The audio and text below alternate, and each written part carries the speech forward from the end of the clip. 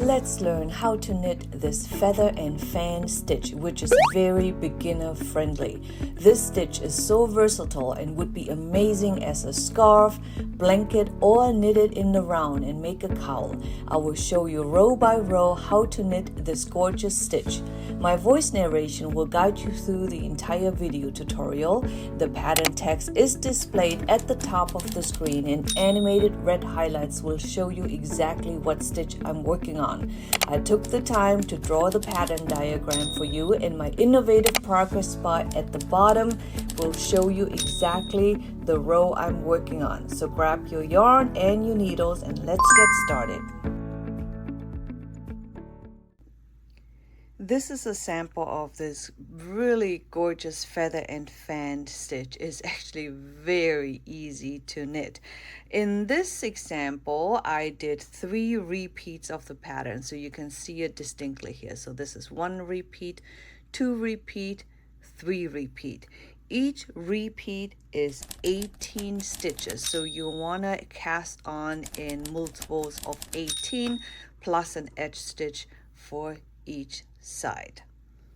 The yarn I was using to knit my little sample here is BC yarn. It's called Semilla. It's 100% organic wool, and it's actually a yarn from Denmark.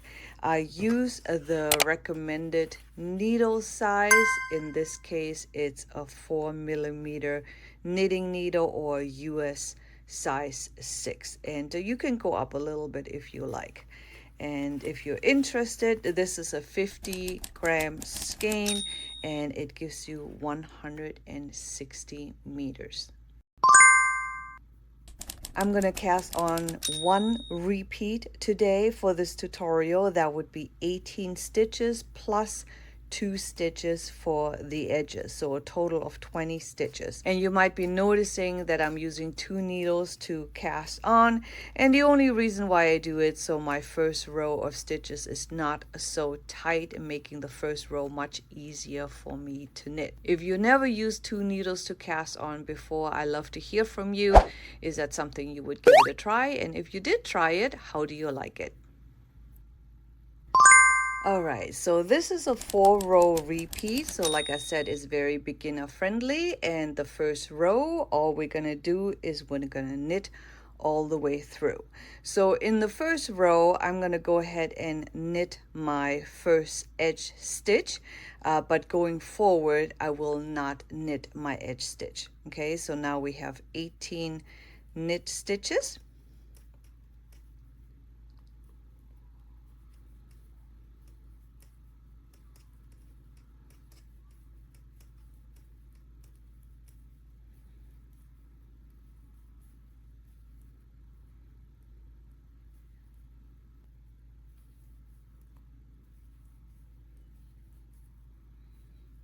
Okay, and then my edge stitch at the end, I'm actually going to purl my edge stitch at the end. And that was row number 1, knit all the way. Row number 2 is just as easy. I'm going to slip my first edge stitch. I'm not going to knit that. And then all you're going to do in row number 2 is purl across. If you should use this pattern as a cowl, for example, and you want to knit it in the round, this would be round number 2. So instead of purling it, since you're going to be working only on the right side of the work, you would be knitting round number 2 if worked in the round. And in the round, you just cast on with 18 stitches per repeat, and you do not need any edge stitches. So here I'm on my last stitch of row number 2, and I'm going to purl my last stitch, and that was row number 2. Row number 3 is where the magic happens. So I'm going to slip my edge stitch as if to knit, and in the pattern text you see K2TOG. That stands for knit 2 together. Through the front loop, you're going to knit these 2 together. So that was a decrease. So that was one time, and you're going to do it a total of 3 times. So knit 2 together, that was number 2, and knit 2 together again, and that was number 3. After that, you're going to yarn over, knit 1, yarn over, knit 1, that was 2, yarn over, knit 1, that's 3 times, yarn over, knit 1, that's 4, yarn over, knit 1, that was 5, and yarn over, knit another one, that is 6 times. So you're decreasing 3 stitches here, you're increasing with the yarn over 6 times right in the middle, and now we're going to decrease at the end again with the knit 2 together 3 times. So knit 2 together, 1 time, 2 times, and 3 times, and then I'll purl my edge stitch. So you are decreasing 3 in the beginning and 3 at the end, and you're increasing 6 with 6 yarn overs in the center. So that was row number 3. Row number 4 is the same as row number 2. All you're going to do is purl across your way. Very, very simple. So row number 3 is our magic row where everything happens, okay? And you see here the yarn overs. If you've already thought of a project to use this pattern for, I would love to hear from you. Share your ideas, inspire us for our next project. And that was row number 4. And that was your pattern repeat for the feather and fans pattern. So let's do it together one more time, okay? So let's do row number 5, which in a sense is a repeat of row number 1 because this is a 4-row repeat. And all you're going to do is knit all the way across. So the pattern text, especially the diagram, and even more so the red animated circles to show you the stitch I'm working on, is very time consuming to add, but I am hoping that it really helps you all. And if it does, give me a thumbs up or let me know what's your favorite feature. Okay, so that was row 5, and row number 6 is just a repeat of row number 2. And all you're going to do is purl all the way across.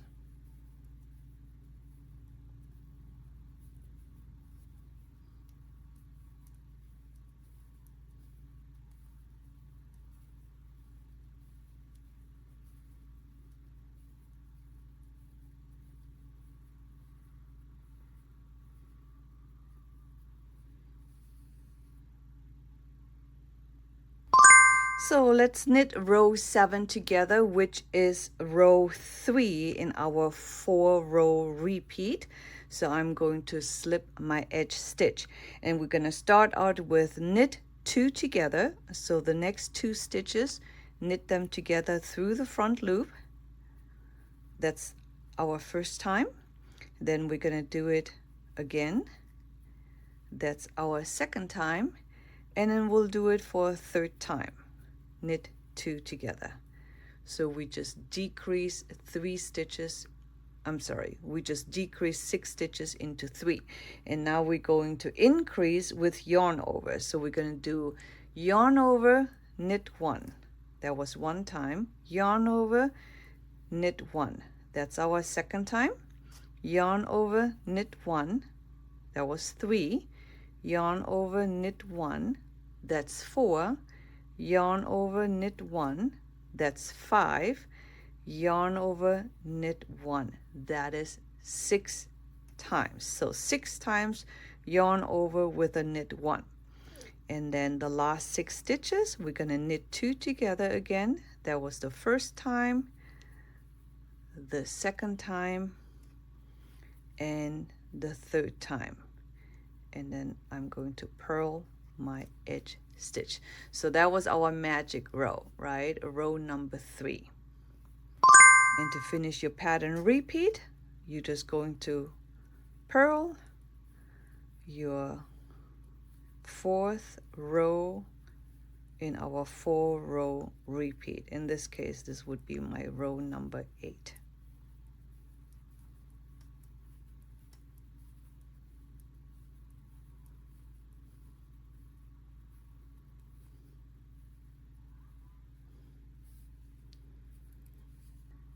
So this is what 2 repeats in this pattern look like right now. And this is what 3 repeats look like. And this is what 4 repeats look like. So you can see the pattern comes along really, really quickly. I hope you found this tutorial helpful and you're going to use this pattern to make something wonderful for yourself or a loved one. Like, subscribe, comment, whatever you do. I will see you next time.